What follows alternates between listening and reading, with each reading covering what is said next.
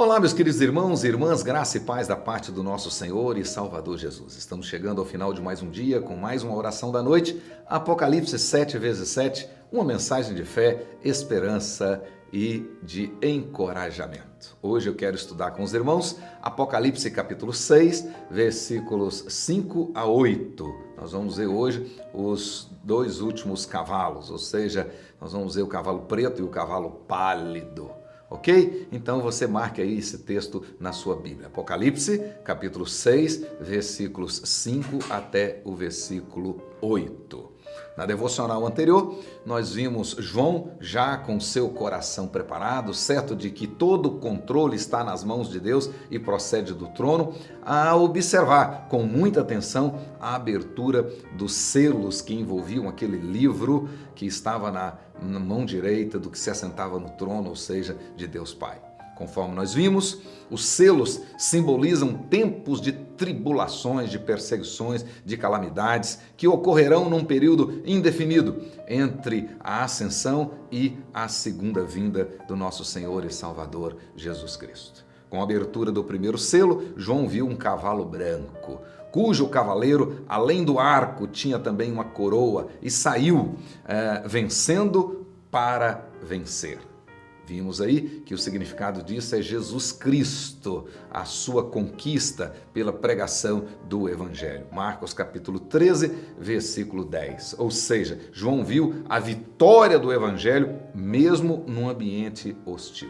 Depois, na abertura do segundo selo, João viu um cavalo vermelho, cujo cavaleiro portava uma faca de sacrifício, uma machaíra, uma faca usada para sacrifício de animais. Gênesis capítulo 22, versículos 6 e 10. E não uma espada de guerra. Então, o texto significa uma matança e não uma guerra, uma espada de guerra. Ou seja, aí nós temos tribulações e perseguições ferrenhas contra os filhos de Deus. Refere-se à matança de crentes, à guerra contra os crentes.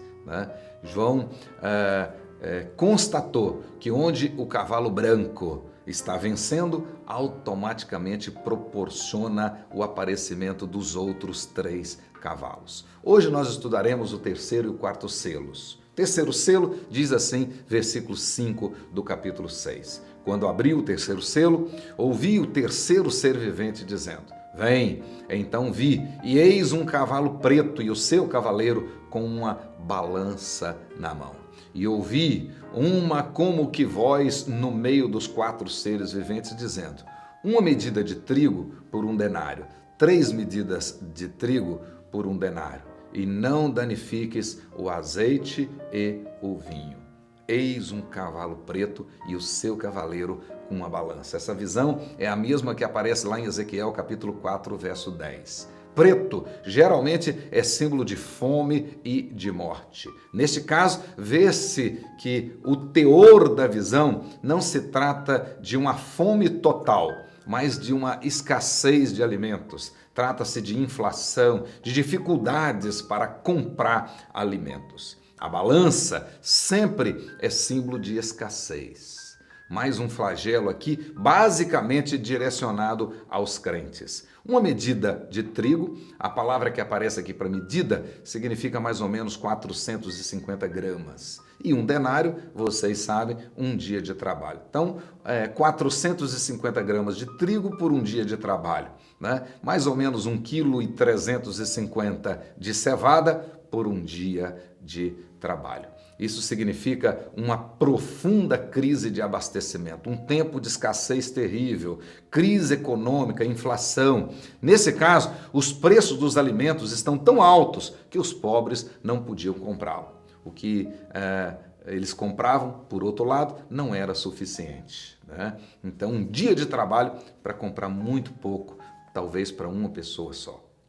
E o texto diz: e não danifiques o azeite e o vinho. Isso significa que o azeite e o vinho são as provisões que representam todo o conforto da vida. Existia fartura de azeite e de vinho, mas absolutamente fora do alcance dos pobres.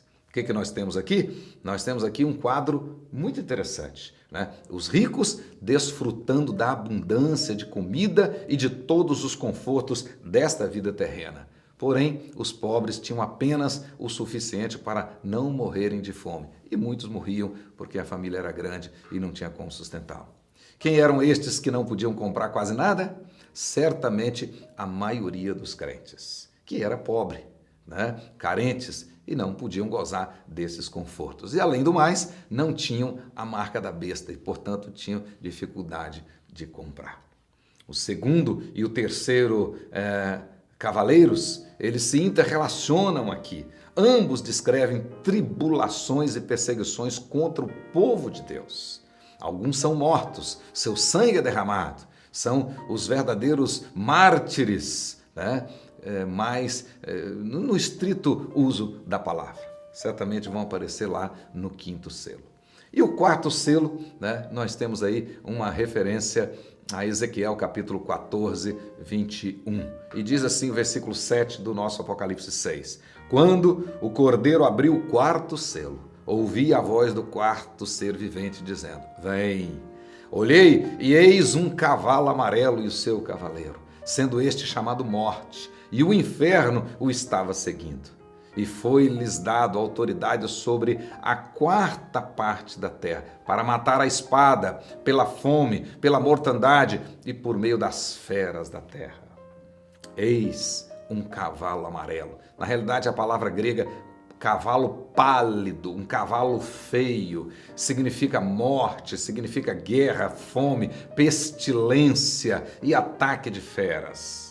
Refere-se a infortúnios que os crentes sofrerão juntamente com os ímpios, com muitos ímpios, juntamente com o mundo.